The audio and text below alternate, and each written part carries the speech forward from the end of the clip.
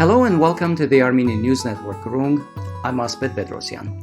In this Conversations on Grung episode, we'll be talking about the continuing degradation of Armenian heritage sites in historic Armenian lands and the problem of preserving our monuments and cultural sites against the erosion of time and the threat of destruction by anti-Armenian neighbors. To discuss these issues with our guests, our host today is Simon Maghakyan, who is an independent researcher of cultural destruction and lecturer in international relations at the University of Colorado in Denver. This episode was recorded on Wednesday, June 16, 2021. Preserving Armenian heritage. All the stones are fake. This is Armenian forgery, proclaimed Azerbaijan's President Ilham Aliyev on March 15, 2021, while visiting a medieval Armenian church that recently came under Azerbaijan's control following the latter's Turkey-backed battlefield success. In the fall of 2020, Azerbaijan and Armenia fought over the internationally unrecognized Armenian Republic of Artsakh, also known as Nagorno-Karabakh. Antique and medieval Armenian cultural sites, which President Aliyev considers fake because, he asserts, Armenians did not exist in the region until the 19th century, have now come under Azerbaijan's control on lands ethnically cleansed of Armenians. To say that the sacred heritage sites are at risk would be a monumental understatement, especially in light of the same Azerbaijani government's erasure in 1997 to 2006 of nearly 28,000 medieval Armenian monuments in another region, Nakhchivan. But what exactly is at risk of erasure? And how much do we know about Artsakh's cultural heritage and its ongoing destruction?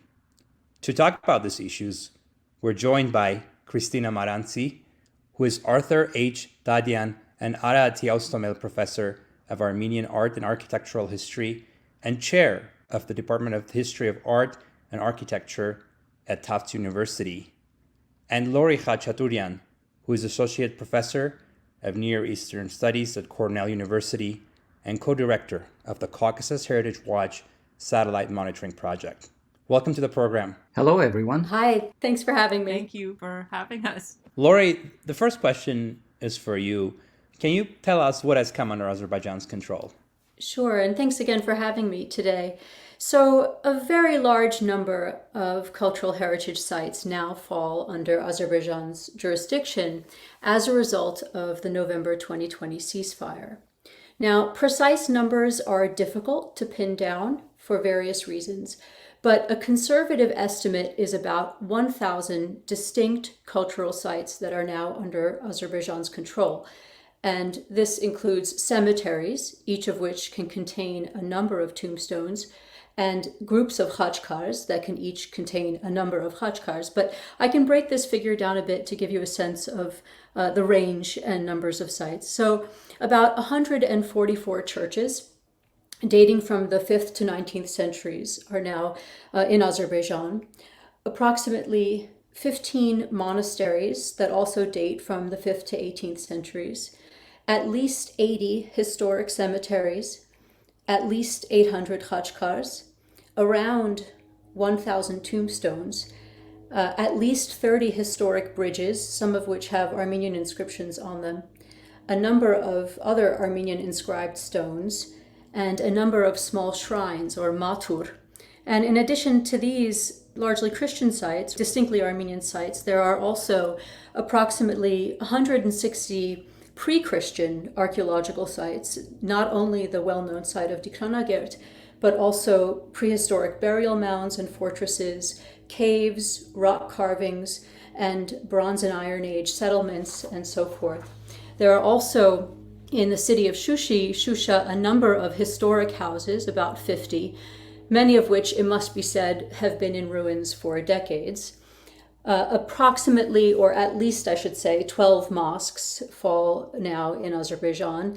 And in Shushi, again, a number of civic buildings, historic 19th century civic buildings, post office, printing house, schools, and other kinds of public buildings.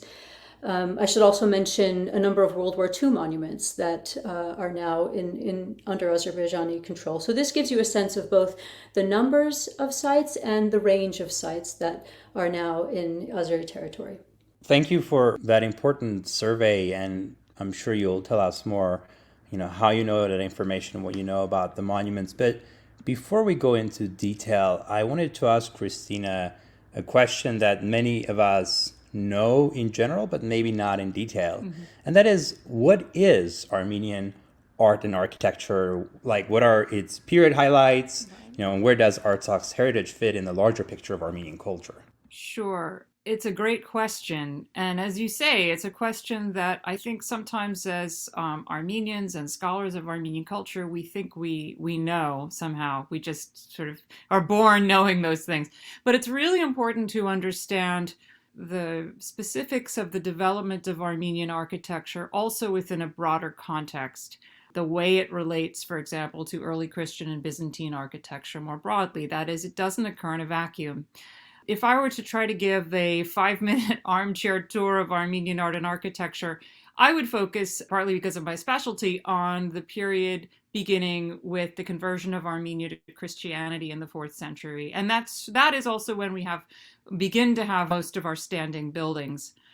So roughly the first period in architectural history occurs during this time from the 4th, but really in the 5th and 6th centuries, when we start seeing a particular form of church architecture called a basilica, which is an aisled structure, no domes, and this is used for the performance of the liturgy, which happens in the Eastern Apse.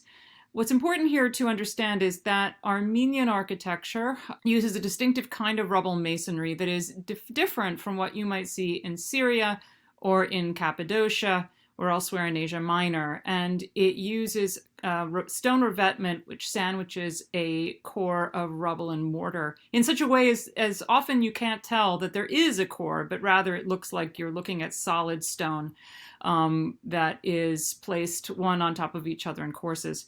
We have early Christian basilicas across the regions of historical Armenia, and I'll speak in a little bit about the very famous one that's located in the Khatchadourian region of Artsakh.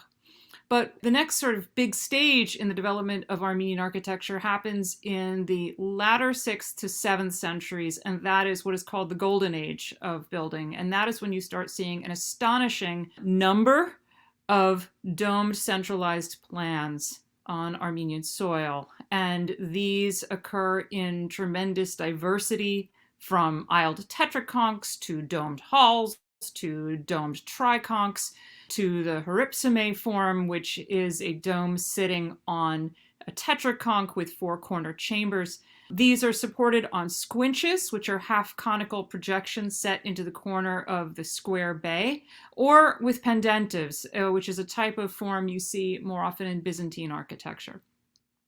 What's important about these structures is not only their abundance and their diversity, which testifies in itself to tremendous technological knowledge, but also their historical significance. Very often, Armenian churches are inscribed, and they give us precious historical information about the social fabric and the political structures and the religious concepts of each period and each region in the Armenian tradition. And then in the 10th, 11th centuries, we see, after a period of the Umayyad and Abbasid control of Armenian territory, we see the number then spikes again of Armenian churches, with, of course, the most famous churches being Ani Cathedral, built in the latter 10th to early 11th centuries, and the Church of Akhtamar in Vaspuragan. Going forward in our armchair tour, we can think about the elaborate monastic complexes of 13th and 14th century Armenia, again with their analogs in Artsakh, of course. Important not just for their architecture, their church architecture, but for the extravagant and experimental vaulted forms that occur in spaces outside of the ecclesiastical zone, that is, refectories, gavits, or antechambers, and libraries, and so on. And then finally, as we wind up our tour, we can think about 16th and 7th century church architecture. Most famous are the churches of Nujulfa, the suburb of Isfahan, where we see a combination of Safavid mosque architecture, European iconography used in the decoration, and traditional Armenian architecture. Finally, in the 19th and early 20th century, we see a period that incorporates neoclassical forms into traditional Armenian architecture with all kinds of regional variation. And one could just think, for example, of the Balian family's works in Constantinople, which are extraordinary for their combination, their fusion really of Art Nouveau, various classical styles, and Ottoman architecture. Aside from this really fractional and fragmentary tour, I haven't even discussed the other kinds of buildings, castles, bridges, caravanserai, which dot the territory of historical Armenia. But hopefully this gives you a sense of some of the basic contours of the tradition. And another podcast could deal with the connections of those traditions to neighboring regions. But hopefully this is enough to be going on with. Thank you for that very brief but rich tour. Would you mind, though, giving us some highlights on Artsakh's heritage and how does it fit in the larger picture of Armenian culture? Yeah, absolutely. Artsakh can be fit into this scheme in many ways, and it's quite palpable when you actually do a visual comparison. So let's take the Basilica of Tsitsernavank. Tsitsernavank in the Khatchadourian province is an extraordinary example of a well-preserved early Christian basilica, for sure with later restoration, but just the fact that it has its superstructure is remarkable. And it keeps its main form of from its early Christian period of building. This is extraordinary when we put this into even a broader context and think about how rare it is to have a 5th or 6th century basilica, Christian basilica, anywhere. So that itself is a rarity. And it fits in terms of the design, in terms of decoration, in terms of basic massing and stonemasonry technique very well into the context of other Armenian early Christian basilicas, with the exception, as I've often discussed, of a gallery above the eastern apse, which is highly unusual, not just for Armenian architecture, but for ecclesiastical architecture in general. Striking thing that should be studied more carefully. Moving into the 7th century, we have examples of churches that fit well into the sort of golden age domed centralized plans. And I could give you the example of Vankasar, although that's a monument that I think, and maybe Laurie will speak about this, is potentially in danger. That site is near Tigranakert in Artsakh, and I've heard whispers, let's say, that site might be under threat at the moment. But Vankasar, just speaking of it, perhaps in the past, at any event, is an important example of a domed centralized plan from the 7th century.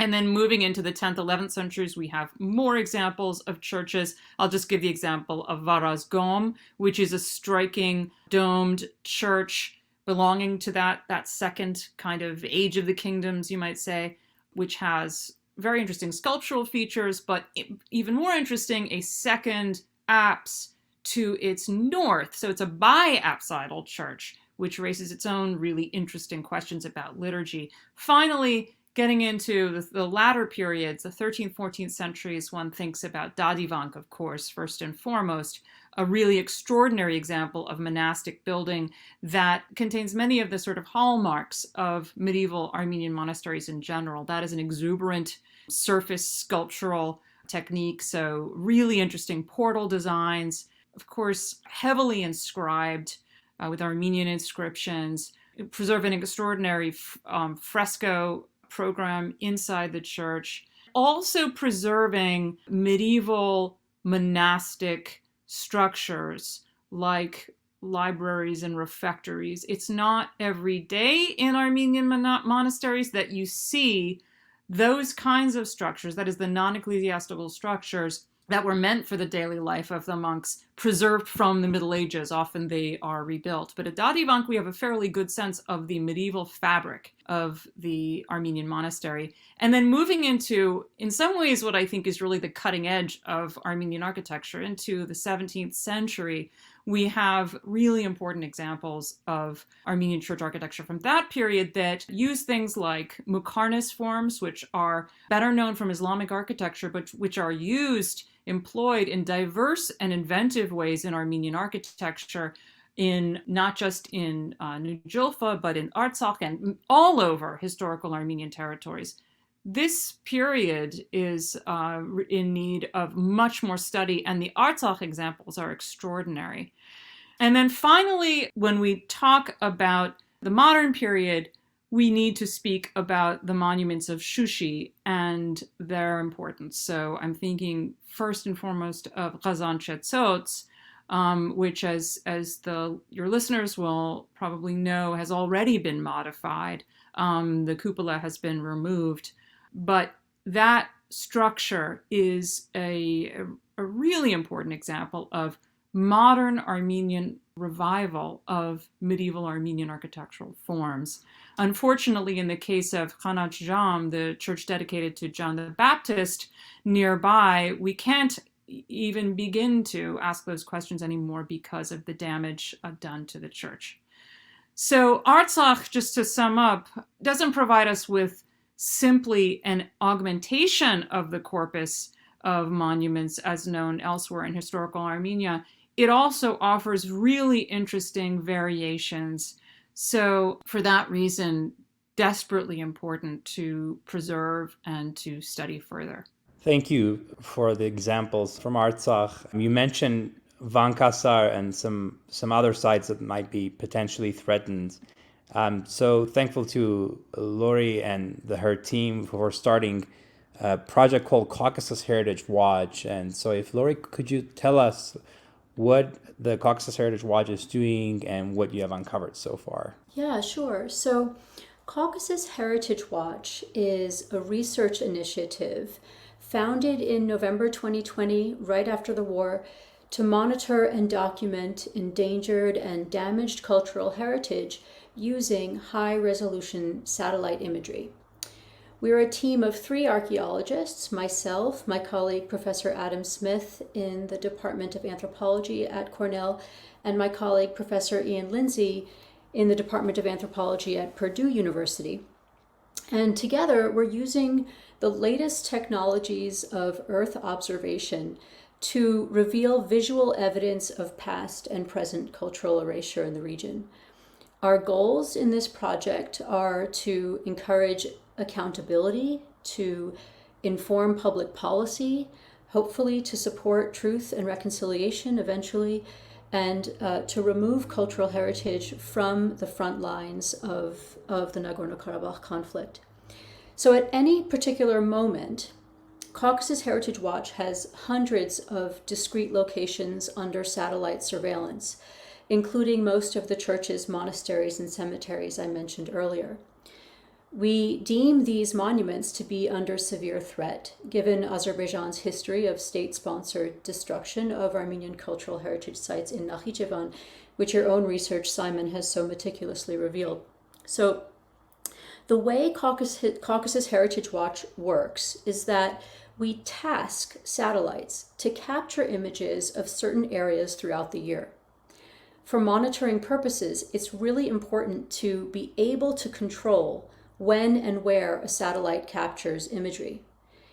We use a commercial company called Planet Labs, which has a constellation of 21 satellites called the SkySat satellites that are constantly orbiting the Earth and capturing multispectral high-resolution images. And when I say high resolution, we're talking about about 50 centimeter resolution, so very good. And as we receive this imagery, our team examines each site by comparing the new captures from the satellites to what we call baseline satellite imagery that predates the 2020 conflict. And through this comparison, we can detect and describe large-scale change at heritage sites of interest. And these changes can include partial damage, it can include complete destruction, or it can include heightened threat, for example, due to construction or heavy machinery in the immediate area of a site, which is precisely what we documented at Vankasar. So our findings so far, so we are about to release our first report, which documents our findings to date, and listeners will soon be able to access this report on our website at caucasusheritage.cornell.edu. The website will also have a dashboard, essentially, that synthesizes the results of our monitoring at any given moment. So that's a real-time dashboard of our work. So far, we have documented both wartime and post-war damage to cultural heritage sites. And we've observed a surge in construction, especially of roads, that has destroyed some sites while threatening others. There are currently 2 areas where we see significant damage most visibly so far. The first is in and around the city of Shushi. Although there is extensive evidence of severe wartime damage across the city, including military attacks on heritage sites such as Ghazan-Chesod's Cathedral and Ganat Sham, which Christina just mentioned, there is also clear evidence of post-war impacts there. The historic Shushi Northern Cemetery suffered extensive damage due to construction activities, and minor damage to Shushi's modern Southern Cemetery suggests that attacks on heritage are emerging from both state-sponsored activities and more small-scale acts of vandalism. The second area of significant damage to heritage is visible along 2 corridors in the southern part of Artsakh, Nagorno-Karabakh, where new roads are being built. Along one corridor from Fizuli to Shushi, significant earth-moving activities in a town called Medz Tarer targeted the main cemetery there, which has been completely bulldozed and erased. That cemetery, incidentally, had a historic 19th century component. Other heritage sites in the same corridor are now under threat.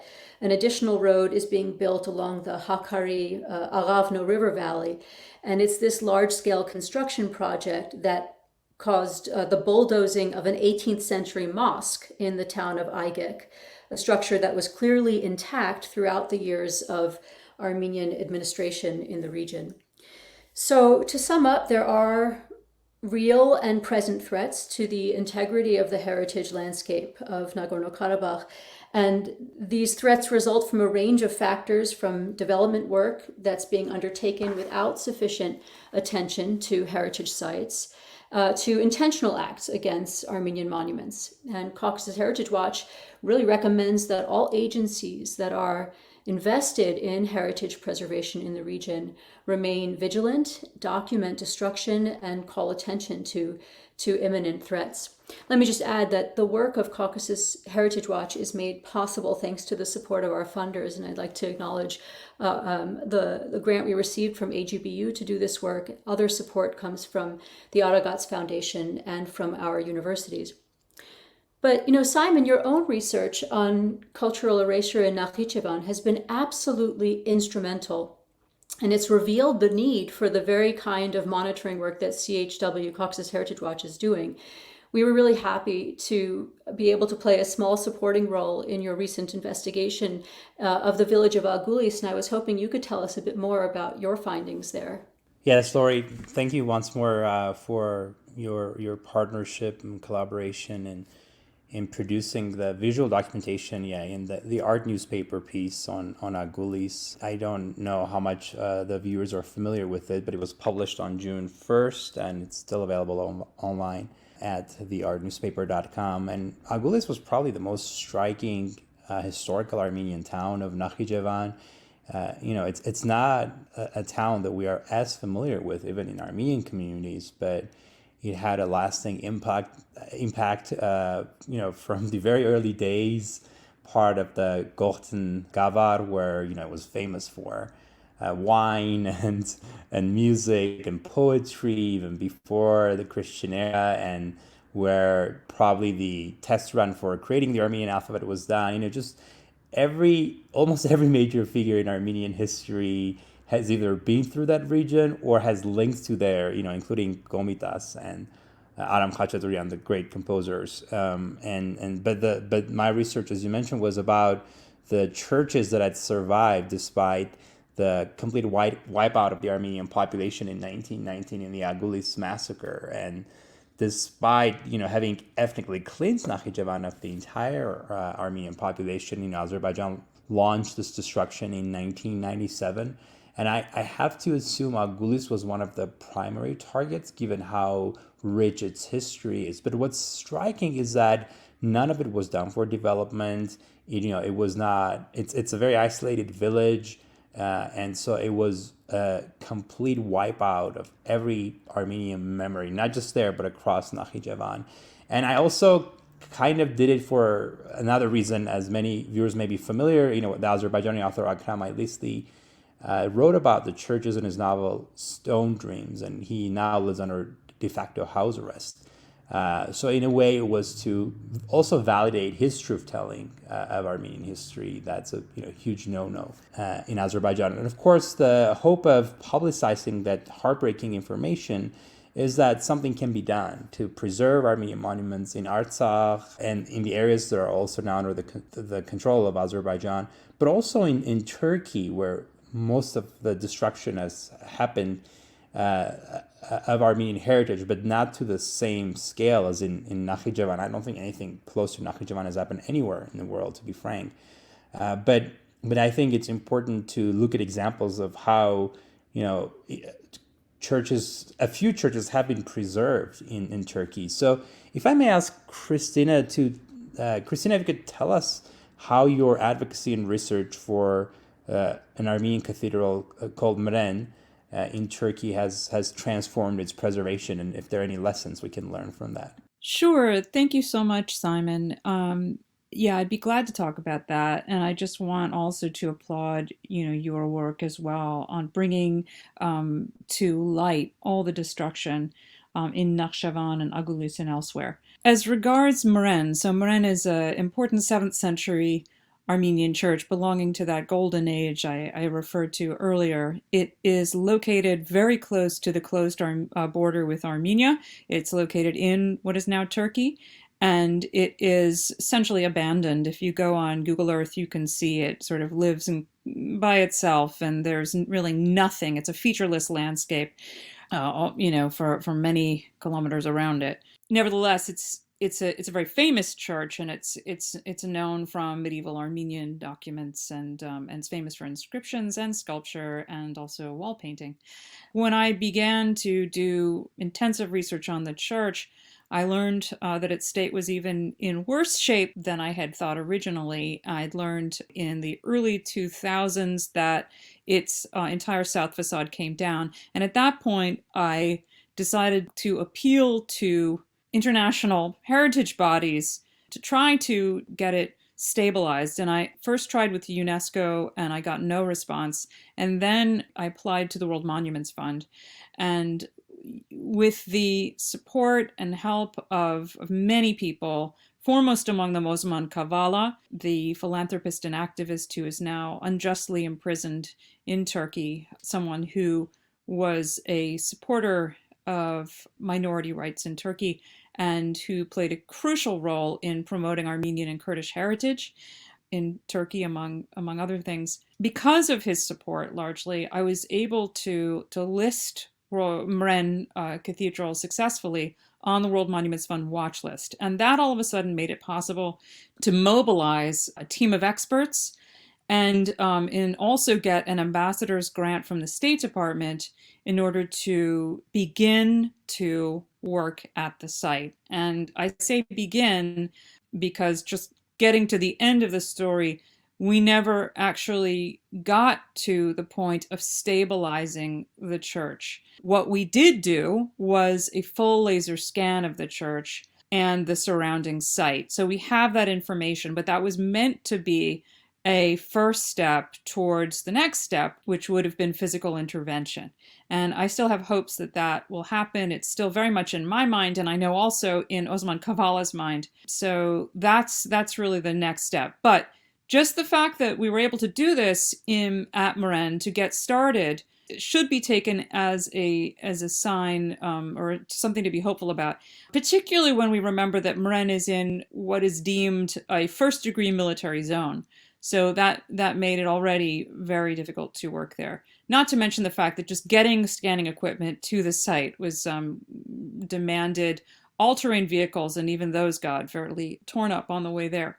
So all this to say that it is possible to do work in Turkey on Armenian churches. It often is a frustrating experience, and it's often a protracted experience. It takes patience, but I think if one keeps one's eyes on the prize, which is preserving the physical integrity of the building and its decoration, then things become simpler. I haven't even spoken about Ani, which is also undergoing restoration under the aegis of the World Monuments Fund. But needless to say, there are ways or pathways to getting things done. And I think focusing on those best practices may be useful as we face the tragedy that is unfolding regarding the monuments in Artsakh. Thank you for sharing your experience. And Osman Kavala, as you said, is still in prison. But you mentioned that he still thinks about Maran. Is it an assumption, or have you been in touch? Yeah, I occasionally will get emails. Everything goes through his lawyer, but he's mentioned Maran on several occasions, which is important that, it's in his mind, and he's not the only one. So, as long as the monument, the crucial thing, of course, is that the monument is in a seismic zone, and it is in extremely fragile condition. So, my mind has been on Artsakh for the past several months, but we also should all remember there are other churches at risk as well elsewhere, and Maran is one of them. Christina, are there Turkish preservation societies that we can work with, or is it only Armenian societies that are interested in our preservation? Well, I think, Asbet, the first sort of the go-to society would be Osman's, which is Anadolu Kultur, and they have teams of experts who are trained to work on monuments, and they in turn would be able to kind of reach the right people in Turkey. Of course, Anadolu Kultur itself is under threat now. But the fact is that because of the World Monument Fund's efforts, and they're partnering with Osman Kavala's organization, it means now we have actually a group of Turkish experts on Armenian medieval architecture that are working at Ani, that have done work with me at Maran, so that actually that training happened in the past, let's say, 10 years. So I feel like the contacts are there, the expertise is there are possibilities that have yet to be really, sort of mobilized with regard to the churches outside of the ones I mentioned. That sounds great. Lori, I want to ask a question that may be somewhat unfair. I know a lot of us get asked this question and it's hard to answer it. But given all the incredible work you're doing, what do you think international organizations can do for Artsakh? It's such an important question, Simon, and I have to say, Christina, I'm really encouraged by the work you did at Maran, and it is interesting to think about how those efforts could be extended or duplicated in Artsakh, Nagorno-Karabakh, if one day partners could be found there in Azerbaijan to support such efforts to get some of these endangered sites on the World Monuments Fund watch list.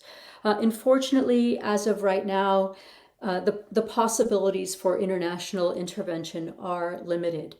And the reason for this is that existing international instruments for the protection of cultural heritage were not designed to respond to the kinds of threats we're dealing with, or what have become sort of the major threats to cultural heritage in the 21st century, which is that increasingly it's state actors that are the perpetrators of aggression against cultural heritage on their own sovereign territory. And these were not the kinds of threats that were envisioned when the main international conventions were drafted. So the 1954 Hague Convention, for example, applies only in conditions of international conflict or cases where non-state armed groups like, for example, ISIS control a state's territory. And legal experts doubt the applicability of the Hague Convention in Artsakh, since imperiled Armenian sites are legally on recognized Azerbaijani territory. Other UNESCO conventions and instruments like the 1972 World Heritage Convention provides for the protection of sites of so-called universal value that are on the World Heritage List, but this list currently does not include any of the now threatened monuments in Nagorno-Karabakh.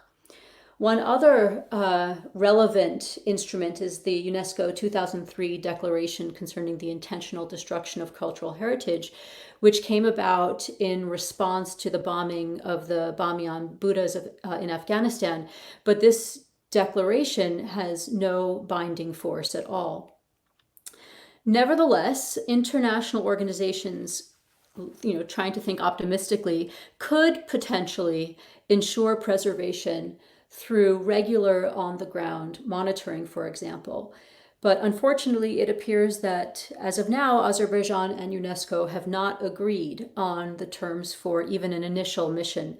Perhaps that will happen in the future, and that would be a positive development as long as UNESCO is granted unfettered access to sites, and provided that the list of sites that a UNESCO mission visits is developed in close consultation with Armenian stakeholders.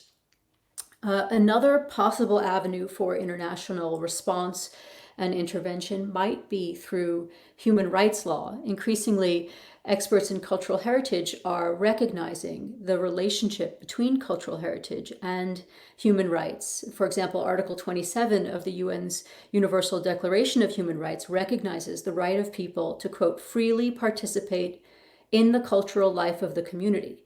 And that can't happen if access to Armenian religious sites is restricted, or, of course, if those sites are destroyed. So perhaps new approaches by international agencies working through the concepts and laws of human rights may emerge. But at the end of the day, the problem with the UN's instruments is that they all rely on the cooperation of signatory state parties in their implementation. And UNESCO doesn't like to call out governments on which it depends for funding. And states also hesitate to jeopardize bilateral relations, which would be another potential avenue for putting pressure, another means of putting pressure on states with respect to the damage and destruction of cultural heritage on their sovereign territory. So in short, there are a few tools for preventing state actors from damaging cultural heritage under their sovereign control, or for holding such actors accountable. Preservation ultimately depends on the will of the Azerbaijani government, and to a lesser extent, that of the Azerbaijani public.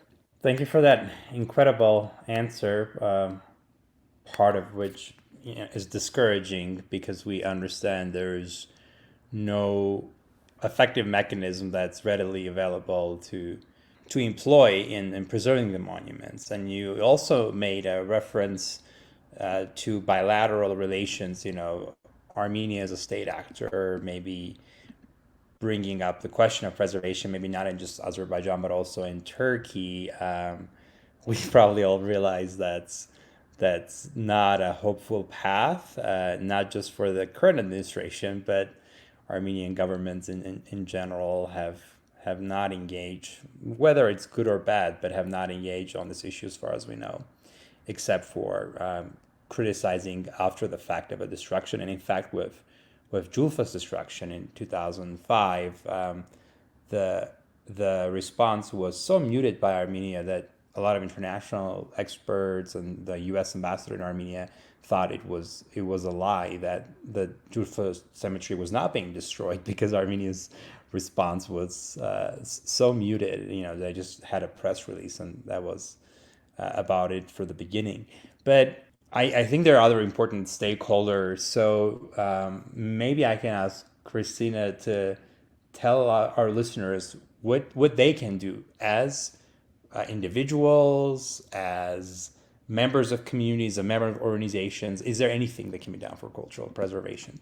Yeah, I'm an optimist, and I think there are always things you can do.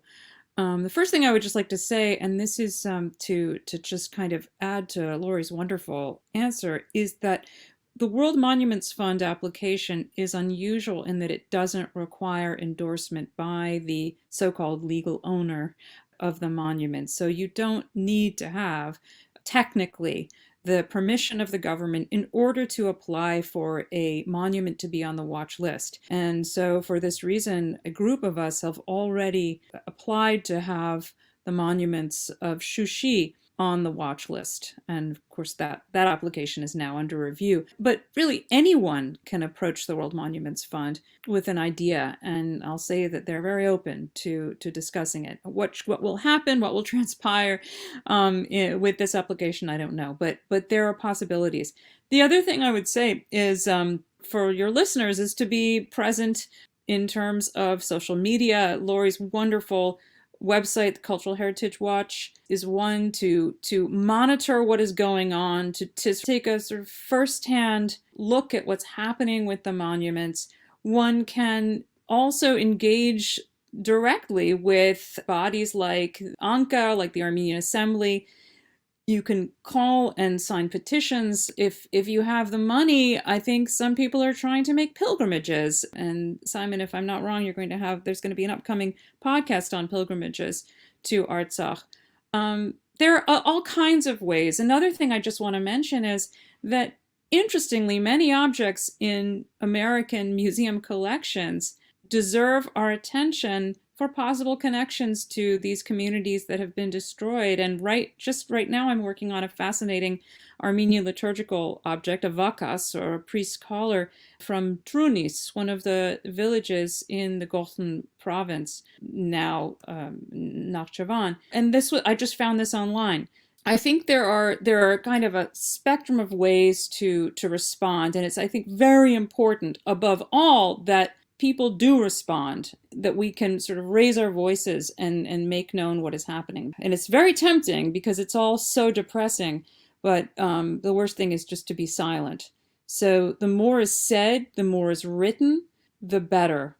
And in the meantime, I think podcasts like this one are so useful because they disseminate information, timely information about what's happening. And I have to say, I've seen a tremendous response on the part, not just of scholars, but activists, journalists like yourself, Simon, who are all engaged in trying to bring attention to what's happening in Artsakh. So I think I'm not the only one who's just been so impressed and moved at what's happened since November and before with regard to the monuments.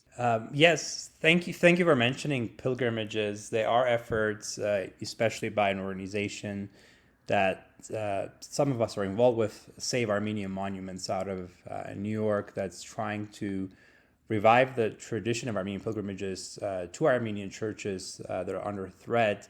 And I think this was big, especially in the 17th century, but also much earlier.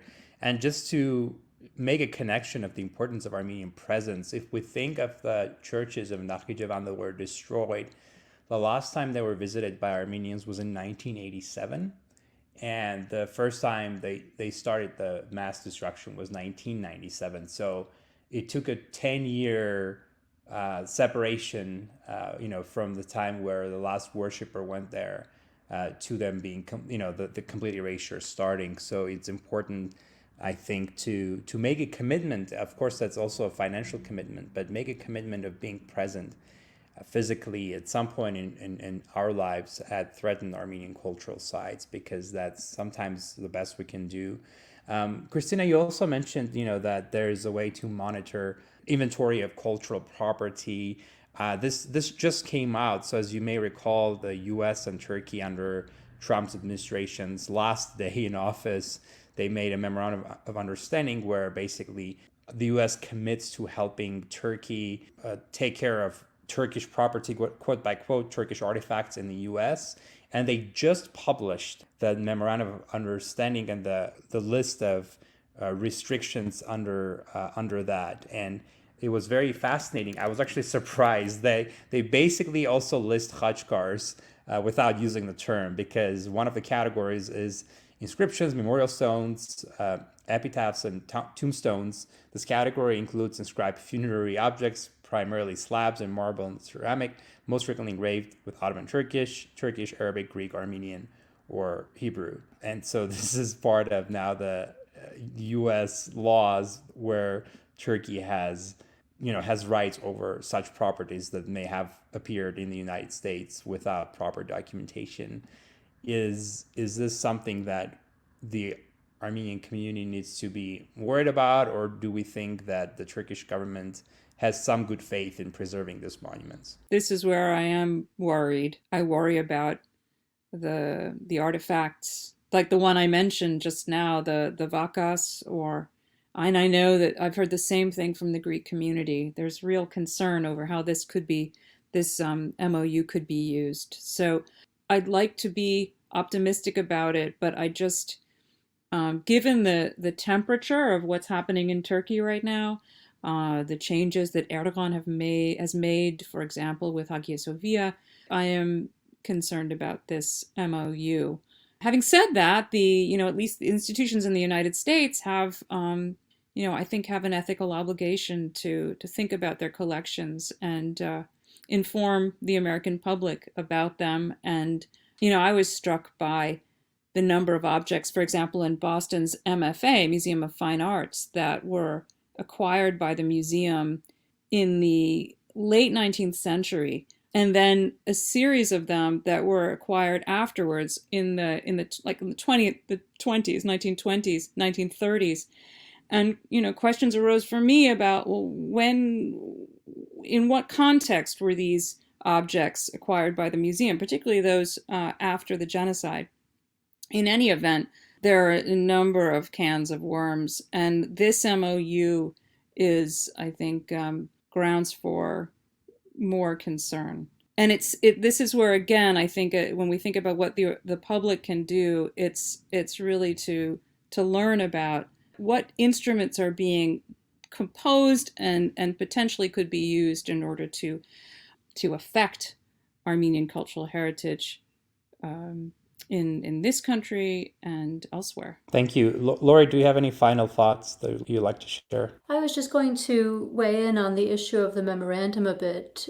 I agree with Christina that it's a very thorny and complex problem, and I understand and share some of the concerns surrounding the memorandum that the Armenian and the Greek community have expressed.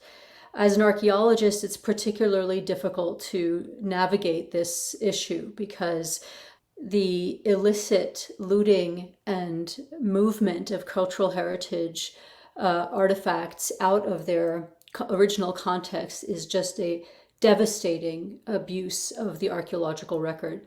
And so the ethic and the principle of sort of the return of unprovenienced objects back to their place of discovery is, in the abstract, is laudable. And so then the question becomes, under what circumstances do we make exceptions to that sort of highest standard of certainly archaeological practice and archaeological ethics? So I find the issue of the memorandum very difficult to grapple with, precisely because I think it emerges ultimately from a correct ethical position, even as it raises new threats, and because of the specificities and the contingencies of the context of Turkey in which it's being applied. So I just want to echo some of the concerns, but also complexities surrounding that.